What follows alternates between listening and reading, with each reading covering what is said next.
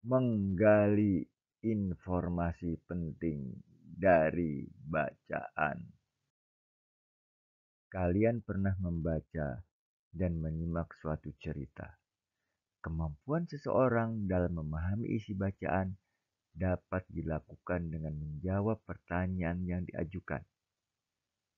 Semua informasi penting dapat diperoleh jika telah menemukan kata kunci. Kata kunci adalah kata atau istilah yang merupakan inti dari bacaan. Semua informasi penting yang ditemukan sangat bermanfaat untuk menjawab pertanyaan yang diajukan. Suatu kata tanya biasanya mengandung beberapa kata tanya. Contohnya seperti ini. Apa? Apa digunakan untuk menanyakan benda atau suatu peristiwa yang telah berlangsung. Kemudian ada lagi, siapa? Biasanya untuk menanyakan tokoh dalam cerita tersebut. Kemudian ada lagi, di mana? Nah, di mana itu digunakan untuk menanyakan tempat terjadi suatu peristiwa. Kemudian ada lagi kapan? Biasanya digunakan untuk menanyakan waktu terjadinya peristiwa tersebut. Nah, ada lagi kemudian yang namanya mengapa. Biasanya digunakan untuk menanyakan alasan atau sebab suatu peristiwa bisa terjadi. Dan terakhir, bagaimana untuk menanyakan proses, cara, atau tahapan suatu peristiwa dapat terjadi. Simaklah bacaan berikut dengan baik untuk dapat menjawab beberapa pertanyaan setelah slide ini. Beberapa bulan yang lalu, aku menemukan seekor anak kucing dengan bulu berwarna orange dengan kombinasi warna kuning berada di lantai 2 rumah saat matahari bergerak ke peraduannya. Bo namanya. Kendati kucing kampung, kucing itu sangat lincah. Aku memeliharanya karena aku memang menyukai kucing. Bagiku, kucing merupakan belahan jiwa. Meskipun aku tidak mengerti bahasanya, namun aku merasa kucing seolah mengerti saat aku bicara dengannya dan sangat memahami perasaanku. Cara menjawab berdasarkan bacaan tersebut. Siapakah nama kucing orange tersebut?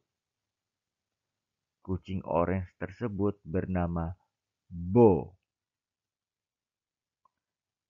Kapan mulai memelihara Bo? Bo mulai dipelihara sejak beberapa bulan yang lalu. Di mana Bo ditemukan? Bo ditemukan di lantai 2 rumahku. Mudah sekali kan untuk dapat menjawab pertanyaan berdasarkan bacaan tersebut. Nanti adik-adik juga bisa menjawab pertanyaan yang lainnya. Contoh seperti ini. Mengapa Bo dipelihara? Oke.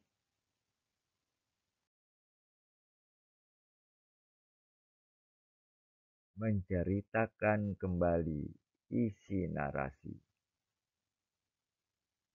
Adik-adik dapat menceritakan kembali isi narasi. Siswa harus mengetahui caranya terlebih dahulu. Perhatikan kembali isi narasi berikut. Bacalah teks secara seksama dan mendalam. Kemudian, pahami isi teks tersebut. Terakhir, tuliskan kembali peristiwa dalam narasi secara runtut dan perhatikan ejaan yang benar. Nah, jangan sampai ada ejaan yang tertinggal atau tidak lengkap. Ya, jawaban tersurat dan tersirat dalam suatu bacaan. Kadangkala, menjawab suatu pertanyaan dari bacaan berupa tersurat. Tersurat berarti jawabannya jelas tertulis pada kalimat-kalimat yang terdapat dalam bacaan tersebut. Sedangkan jawaban tersirat berarti jawabannya harus dipahami dulu berdasarkan keterangan atau informasi dalam suatu narasi. Adik-adik sekalian, perhatikanlah peta pikiran dalam slide ini.